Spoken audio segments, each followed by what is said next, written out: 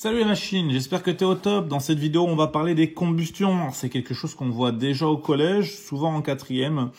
Et on va le faire d'une façon un peu plus approfondie en première spé et en regardant de quel type de réaction il s'agit. Et ensuite, on verra les énergies. On va prendre ça sous l'aspect énergétique avec l'énergie transférée lors d'une combustion et l'énergie molaire de combustion. Donc c'est parti.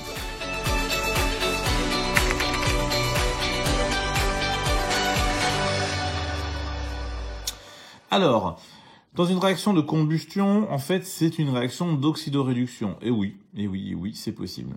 Cette réaction d'oxydoréduction, quand même, nécessite un apport d'énergie, on en reparlera après. Mais comme c'est une réaction d'oxydoréduction, on a donc un oxydant et un réducteur. Alors, le combustible et le comburant, ce sont les mots qu'on utilise dans le langage courant, qu'on utilise jusque-là et qu'on continuera à utiliser de toute façon. Le comburant, en général, c'est de l'oxygène. L'oxygène, c'est un oxydant. Et donc du coup, il va oxyder le combustible. Donc le comburant, c'est l'oxydant, et oui, et le combustible, c'est le réducteur qui va être oxydé justement par l'oxydant. Ben voilà, alors l'énergie doit être apportée, sinon la combustion ne se fait pas. C'est pas quelque chose qui se fait à température ambiante sans apport d'énergie. On a la possibilité de faire combustion totale. Si la combustion est totale, on va produire alors deux produits qui sont toujours les mêmes, de l'eau et du CO2. Okay. Les types de combustibles, eh ben, on les a en deux catégories. Les combustibles dits fossiles et les agrocombustibles. Bon, c'est un petit peu un abus de langage parce qu'au final, les combustibles fossiles, ce sont ceux qu'on connaît, hein, donc le pétrole, le gaz, le charbon, etc. Les agrocombustibles, ce sont ceux qui sont produits par l'agriculture. Donc on va retrouver le bioéthanol, etc.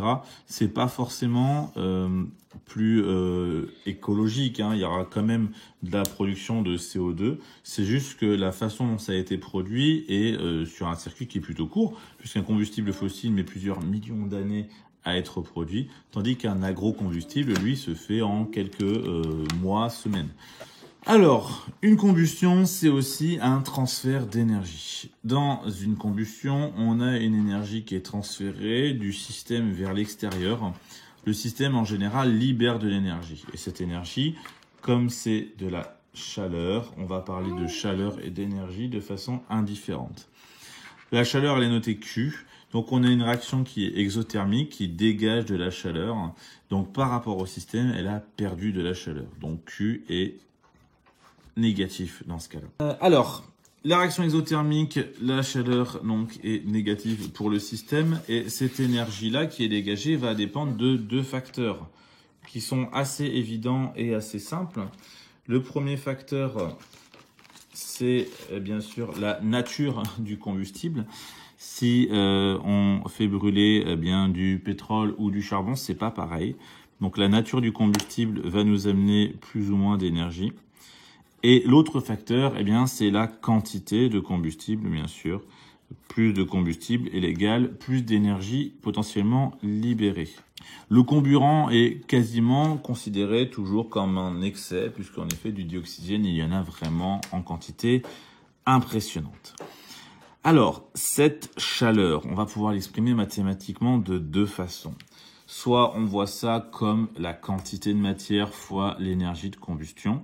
Alors, l'énergie molaire de combustion, c'est ni plus ni moins que l'énergie qui dépend de la nature du combustible. Et ainsi, on a bien la quantité de matière fois la nature du combustible. La chaleur, elle peut être aussi vue comme ça, mais elle peut aussi être vue, parce qu'on ne regarde pas toujours à l'échelle micro, donc c'est-à-dire au niveau des quantités de matière, mais à l'échelle macro. Et à l'échelle macro, donc du coup, ça va être la masse, puisque c'est quelque chose qu'on peut mesurer, fois le pouvoir calorifique. Alors, je vais écrire quand même en face de chacun à quoi ça correspond. Donc ça, c'est l'énergie de combustion, molaire en général, hein, puisqu'on a une quantité de matière. L'énergie molaire de combustion, puisqu'on parlait de quantité de matière, tandis que de l'autre côté, on va avoir la masse fois PC. Ici, on aura le pouvoir calorifique, d'où le PC pour pouvoir calorifique. Et on peut lier les deux parce qu'au final, comme on sait que la quantité de matière, c'est la masse divisée par la masse molaire, Q étant égal dans les deux cas, on a N fois E est égal à moins M fois PC. Donc E est égal à M sur N. Et M sur N, on sait que ça fait grand M. Donc on a E comb, donc l'énergie molaire de combustion, qui est égale à moins PC fois grand M. Bon, ça, c'est juste pour vous faire manipuler des maths. En exercice, on peut aussi vous demander de trouver un lien entre les deux. Mais ça reste quand même des mathématiques où il faut juste utiliser des formules et les lier entre elles. On va finir par l'énergie molaire de combustion. Alors, l'énergie molaire de combustion, c'est assez particulier parce qu'on regarde ce qui se passe au niveau micro, donc au niveau de la molécule en elle-même. Il faut se souvenir qu'une réaction, le principe d'une réaction, c'est d'abord de casser les liaisons des réactifs et de former des nouvelles liaisons au niveau des produits.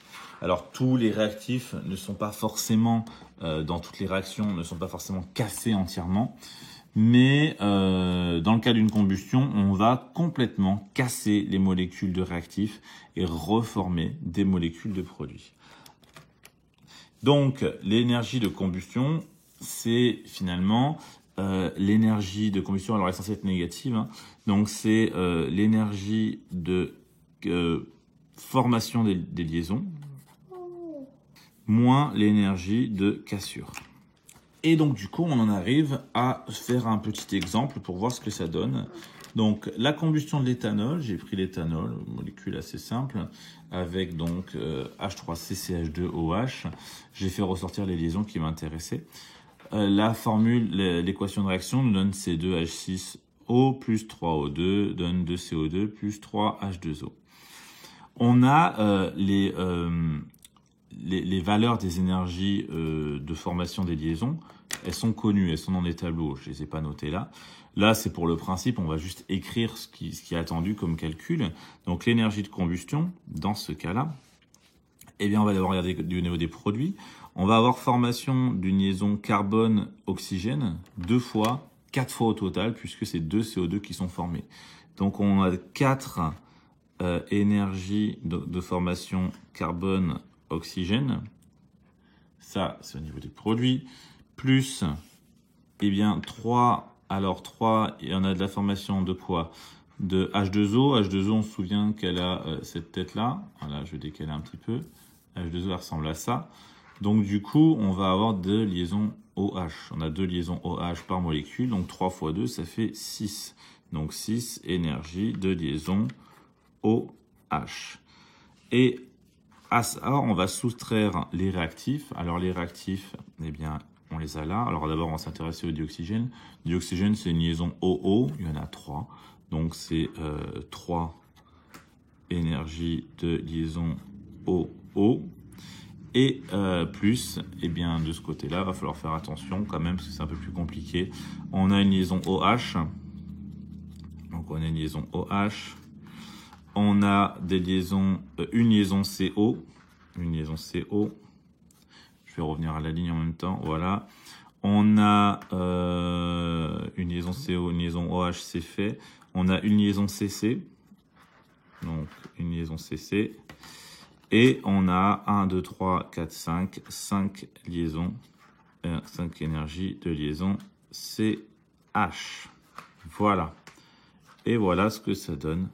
La formule, une fois qu'on a les valeurs qui sont tabulées, qui vous seront forcément données, on n'a plus qu'à remplacer par les valeurs et on aura la valeur d'énergie de combustion dans le cas de la combustion de l'éthanol. Donc voilà, c'est fini pour cette vidéo sur les combustions en premier.